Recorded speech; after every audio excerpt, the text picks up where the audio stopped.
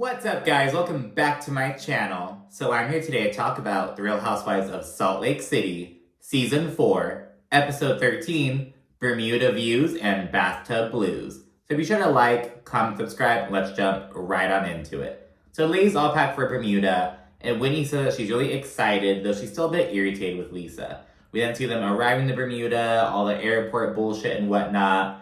Angie K, she's on her fucking 1990s, no doubt, Gwen Stefani shit. She has 3 fucking little rhinestone beads on her forehead. She said it's because she had a pimple and wanted to put a pimple patch on. Then she was like, oh, I can't just be like this.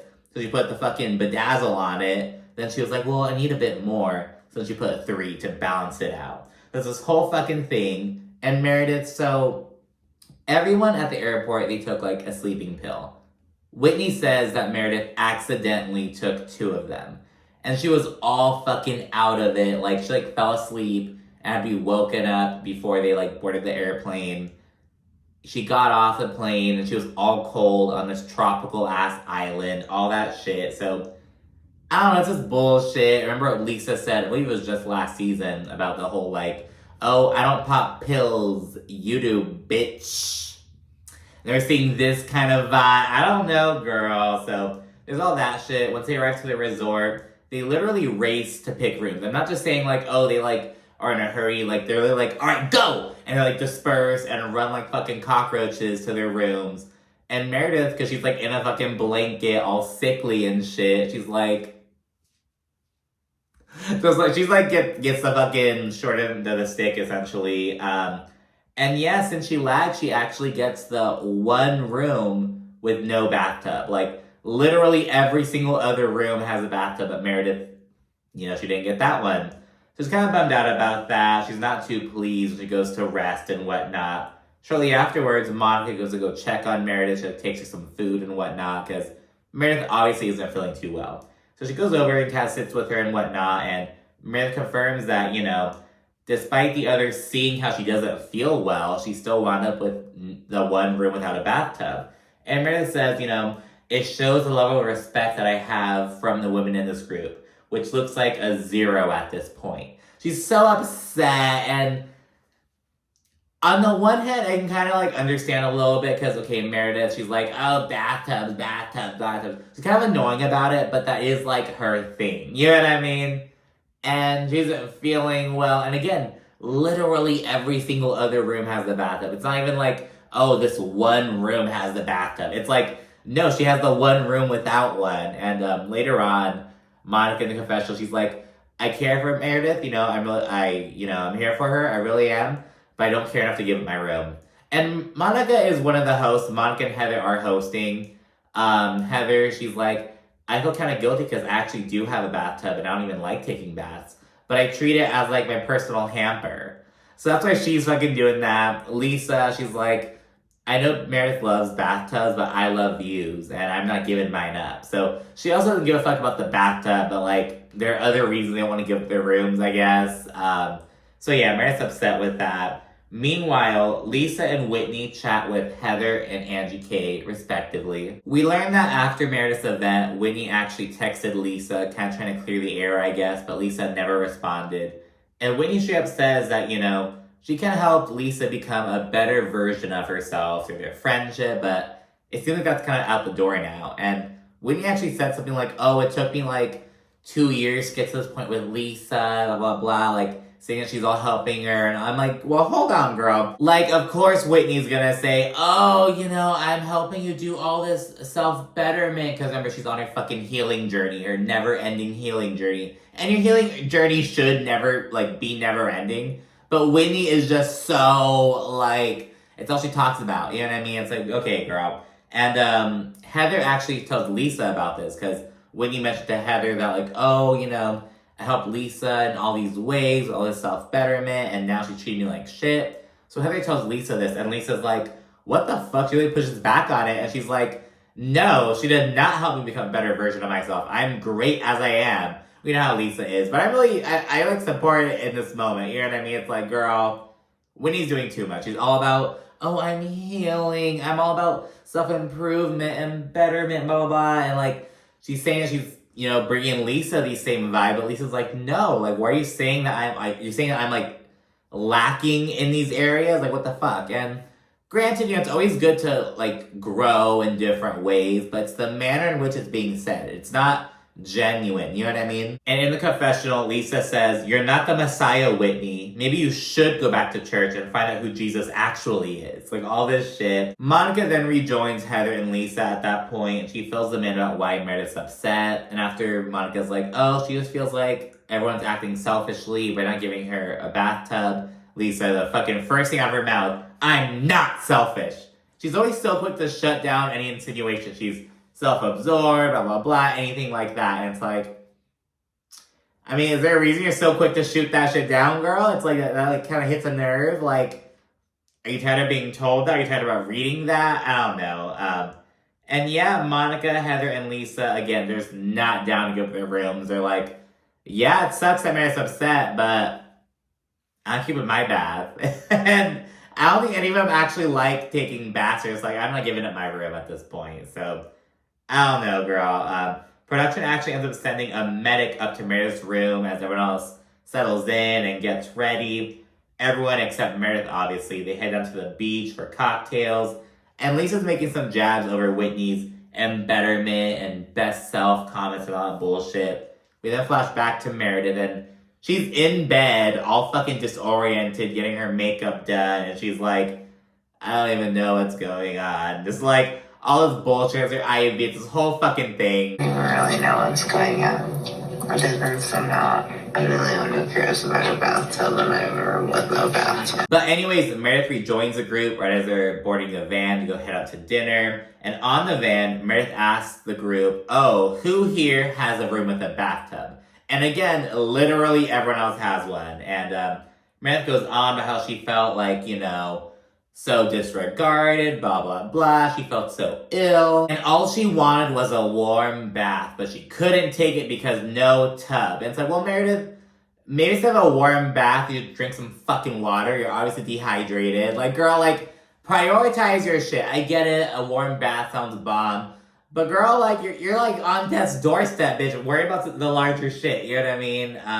After Meredith addresses the group, she and Angie K wind up going back and forth about, like, oh, Meredith threatening Angie's family, some of the shit Angie's told Meredith.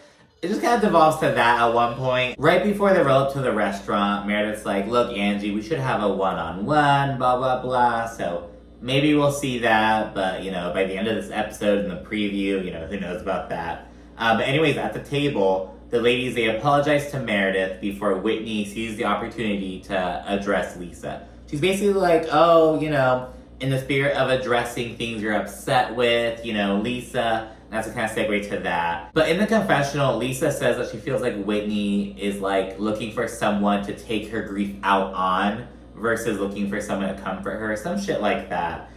Lisa then says that she was hurt by the interaction at Meredith's event. And then she brings up Whitney's conversation with Heather about how, she's helping self-absorbed Lisa become a better person. And Whitney's like, what the fuck? And she pounces on Heather. But Heather's like, no, I told Lisa that you're proud of her and whatnot. And Whitney's like, I am proud of Lisa. So she confirms that. But Whitney, she accuses Heather of meddling and says that she's like spinning this narrative to make Lisa be angry with Whitney. And I'm like, okay, Whitney's the one who told Angie K, oh, I'm like helping Lisa become a better version of herself. Those were her words exactly. Heather told Lisa, oh, Whitney said she's like proud of you because she's seeing all this improvement and growth since you guys' friendship. And Whitney confirms that she did say it that way. So like, Heather's not spinning the narrative. If anything, Lisa's the one spinning Heather's words. So if anything, it's that. But again, I think Lisa has a right to be upset with Whitney because again, Whitney is like, what the fuck are you doing? Lisa's here thinking, oh yeah, we're just friends, but Whitney's like, no, I'm helping Lisa become a better version of herself. So predictably, Whitney and Lisa go back and forth, and Lisa said that she's always dancing on eggshells with Whitney, but Whitney reiterates that, Lisa, I said that you need to be more self-aware and like read the room, and I do believe that. But Lisa says, I'm always so sensitive with you, Whitney. And Lisa even says that she actually kind of changes herself a little bit around Whitney because she's like, I'm a bulldog. I can take anything. I can take any of you guys on. But I like change that around you. Try to be so sensitive with like what you're feeling and what the fuck. So it's kind of like, okay, Lisa, like, and I kind of get that, but it's like, you aren't being your authentic self. So maybe that's why Whitney thought you're like showing all this growth, because like you're kind of putting on for her. You know, you're not being super genuine if you kind of think about it. You know what I mean? And I get kind of like, you know, like making, you know, talking about certain things with certain people and like, you know what I mean? Like dealing with their senses of humor and like what they know. Like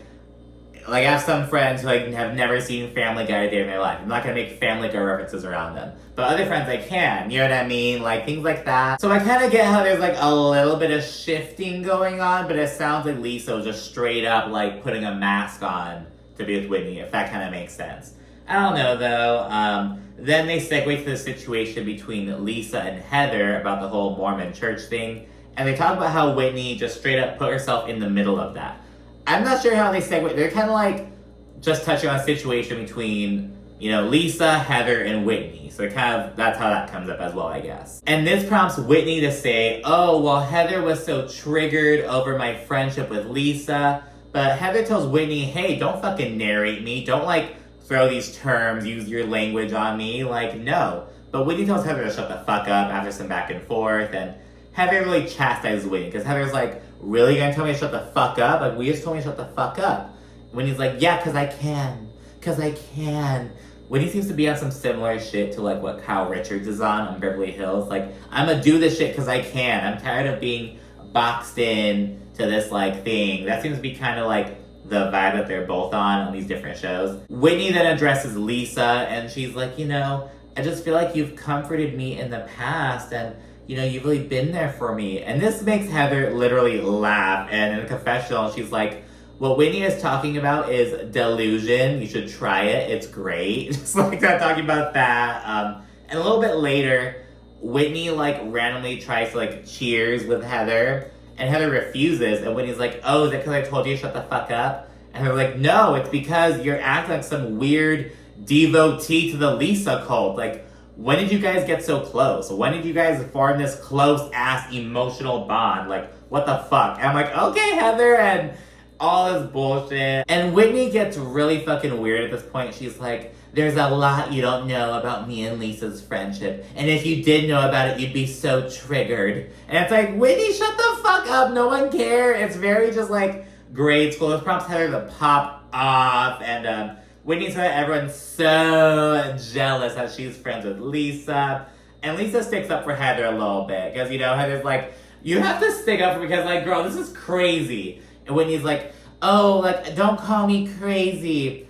And, you know, Lisa's like, no, like, this is crazy. You know, she didn't say you're crazy.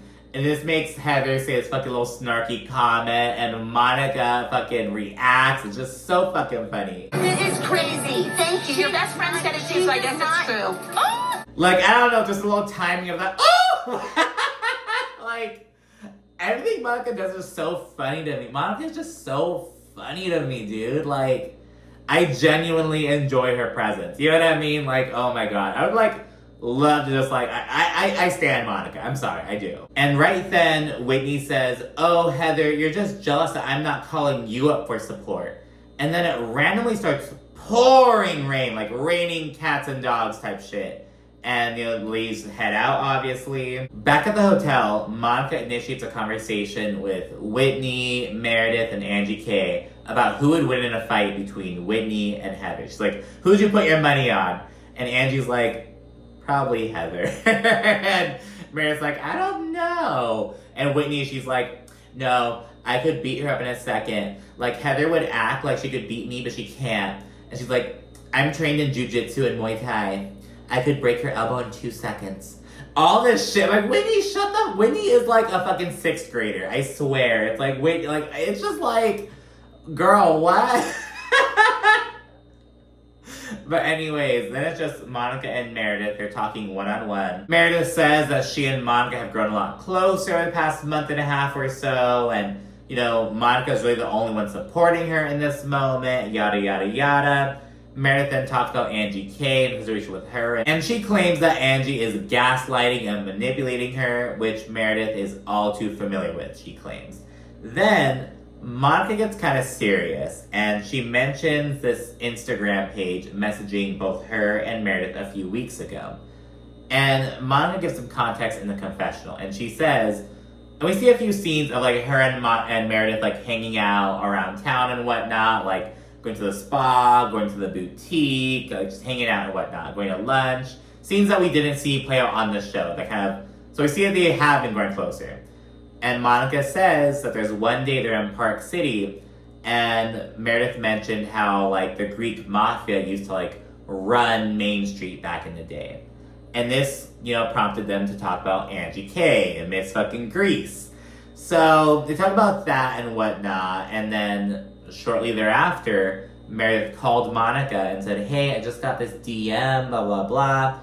Like, check your messages and see if you got it as well. And lo and behold, it was right there. Monica did get the message.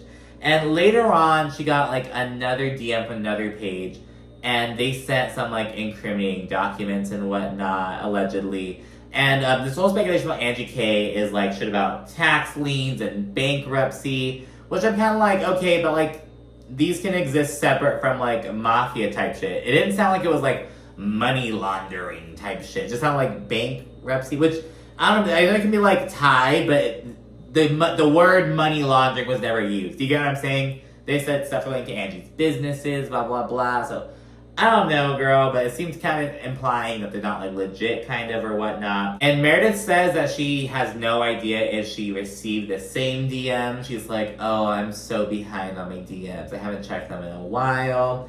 And Meredith strip claims ignorant. She's like, oh no, like I don't have... She basically got the ball rolling and is handing it off to Monica. But Monica knows what's going on.